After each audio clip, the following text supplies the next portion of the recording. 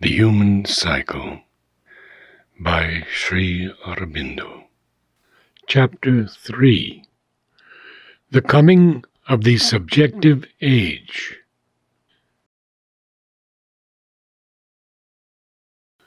The materialism of the 19th century gave place first to a novel and profound vitalism, which has taken various forms from Nietzsche's theory of the will to be and will to power as the root and law of life to the new pluralistic and pragmatic philosophy, which is pluralistic because it has its eye fixed on life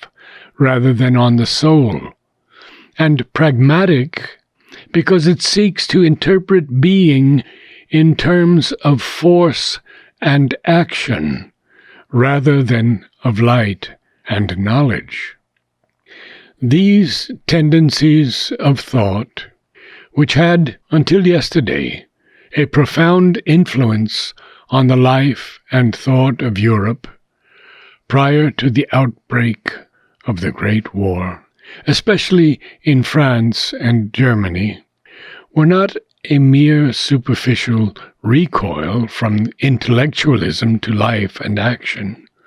although in their application by lesser minds they often assumed that aspect. They were an attempt to read profoundly and live by the life-soul of the universe, and tended to be deeply psychological and subjective in their method. From behind them, arising in the void created by the discrediting of the old rationalistic intellectualism, there had begun to arise a new intuitionalism, not yet clearly aware of its own drive and nature, which seeks through the forms and powers of life for that which is behind life, and sometimes even lays as yet uncertain hands on the sealed doors of the spirit. The art, music, and literature of the world, always a sure index of the vital tendencies of the age, have also undergone a profound revolution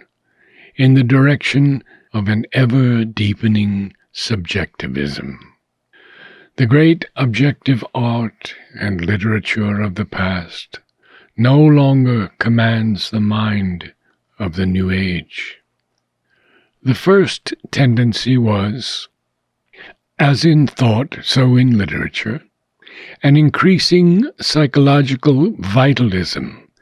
which sought to represent penetratingly the most subtle psychological impulses and tendencies of man,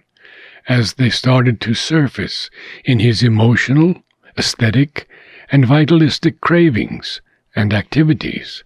composed with great skill and subtlety, but without any real insight into the law of man's being.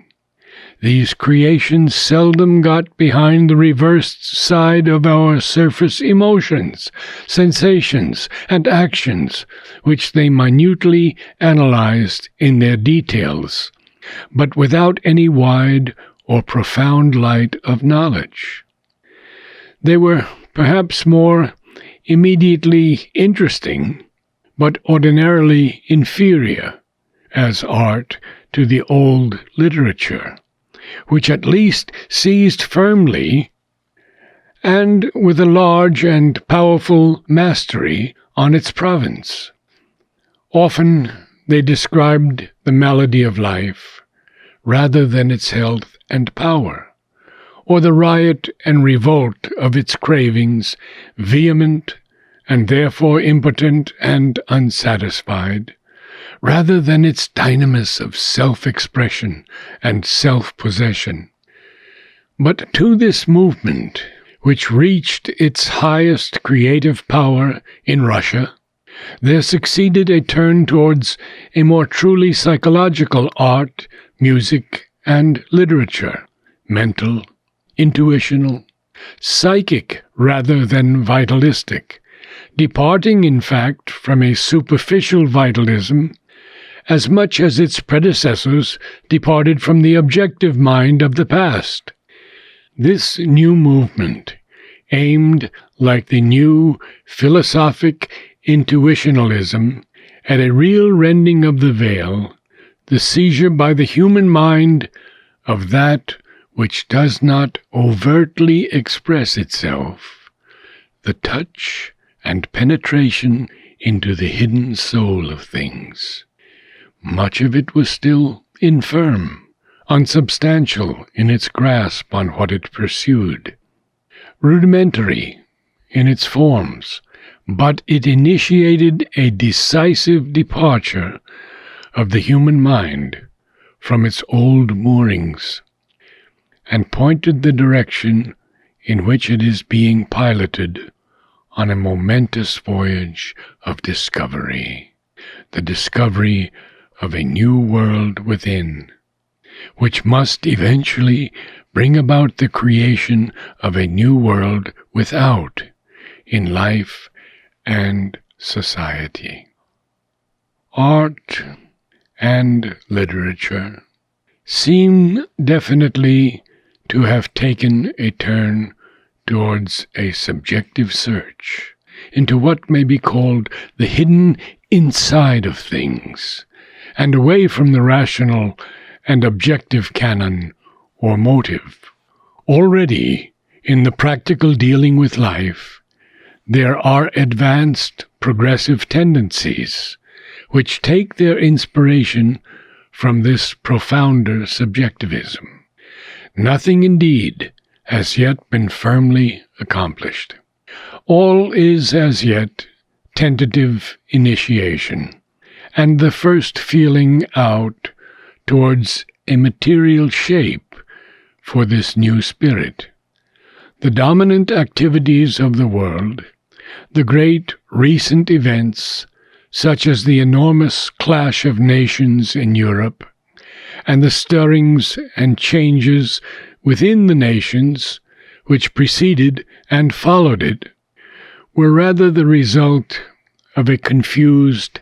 half-struggle, half-effort at accommodation between the old intellectual and materialistic and the new, still superficial, subjective, and vitalistic impulses in the West. The latter, unenlightened by a true inner growth of the soul, were necessarily impelled to seize upon the former and utilize them for their unbridled demand upon life. The world was moving towards a monstrously perfect organization of the will to live and the will to power, and it was this that threw itself out in the clash of war, and has now found or is finding new forms of life for itself, which show better its governing idea and motive. The Asuric or even Rakshasic character of the recent world collision was due to this formidable combination of a falsely enlightened, vitalistic motive power with a great force of servile intelligence and reasoning contrivance subjected to it as instrument, and the genius of an accomplished materialistic science as its djinn, its giant worker of huge, gross, and soulless miracles. The war was the bursting of the explosive force so created, and even though it strewed the world with ruins, its after-results may well have prepared the collapse, as they have certainly produced a disintegrating chaos, or at least poignant disorder, of the monstrous combination which produced it, and by that salutary ruin are emptying the field of human life of the principal obstacles to a truer development towards a higher goal. Behind it all, the hope of the race lies in those infant and as yet subordinate tendencies which carry in them the seed of a new subjective and psychic dealing of man with his own being, with his fellow men, and with the ordering of his individual and social life. The characteristic note of these tendencies may be seen in the new ideas about the education and upbringing of the child that became strongly current in the pre-war era. Formerly, education was merely a mechanical forcing of the child's nature into arbitrary grooves of training and knowledge, in which his individual subjectivity was the last thing considered, and his family upbringing was a constant repression and compulsory shaping of his habits, his thoughts, his character, into the mold fixed for them by the conventional ideas or individual interests and ideals of the teachers and parents. The discovery of that education must be a bringing out of the child's own intellectual and moral capacities to their highest possible value, and must be based on the psychology of the child nature, was a step forward towards a more healthy, because a more subjective system. But it still fell short, because it still regarded him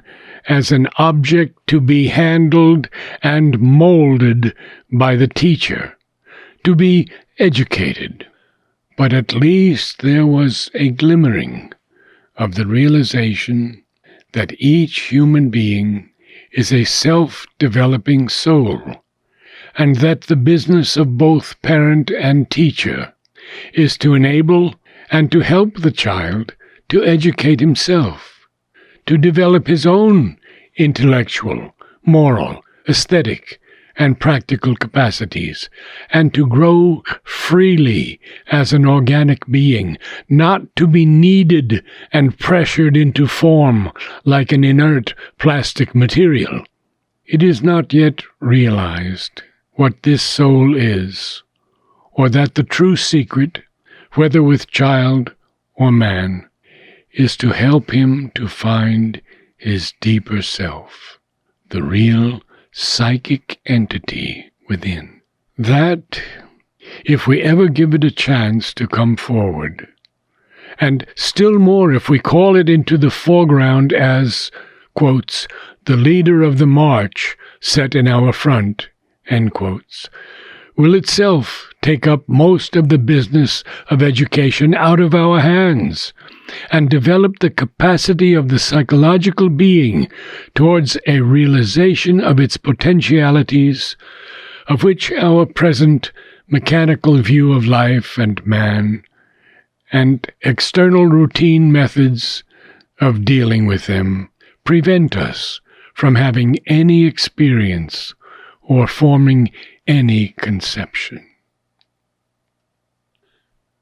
These new educational methods are on the straight way to this truer dealing. The closer touch attempted with the psychical entity behind the vital and physical mentality, and an increasing reliance on its possibilities, must lead to the ultimate discovery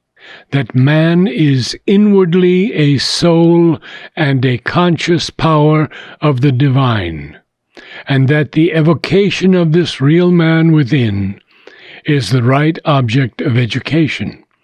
and indeed of all human life, if it would find and live according to the hidden truth and deepest law of its own being. That was the knowledge which the ancients sought to express through religious and social symbolism. And subjectivism is a road of return to the lost knowledge. First, deepening man's inner experience, restoring perhaps on an unprecedented scale insight and self-knowledge to the race. It must end by revolutionizing his social and collective self-expression. Meanwhile, the nascent subjectivism, preparative of the new age, has shown itself not so much in the relations of individuals or in the dominant ideas and tendencies of social development, which are still largely rationalistic and materialistic, and only vaguely touched by the deeper subjective tendency, but in the new collective self-consciousness of man, in that organic mass of his life, which he has most firmly developed in the past, the nation. It is here that it has already begun to produce powerful results, whether as a vitalistic or as a psychical subjectivism, and it is here that we shall see most clearly what is its actual drift, its deficiencies, its dangers, as well as the true purpose and conditions of a subjective age of humanity, and the goal towards which the social cycle, entering this phase, is intended to arrive in its wide revolution.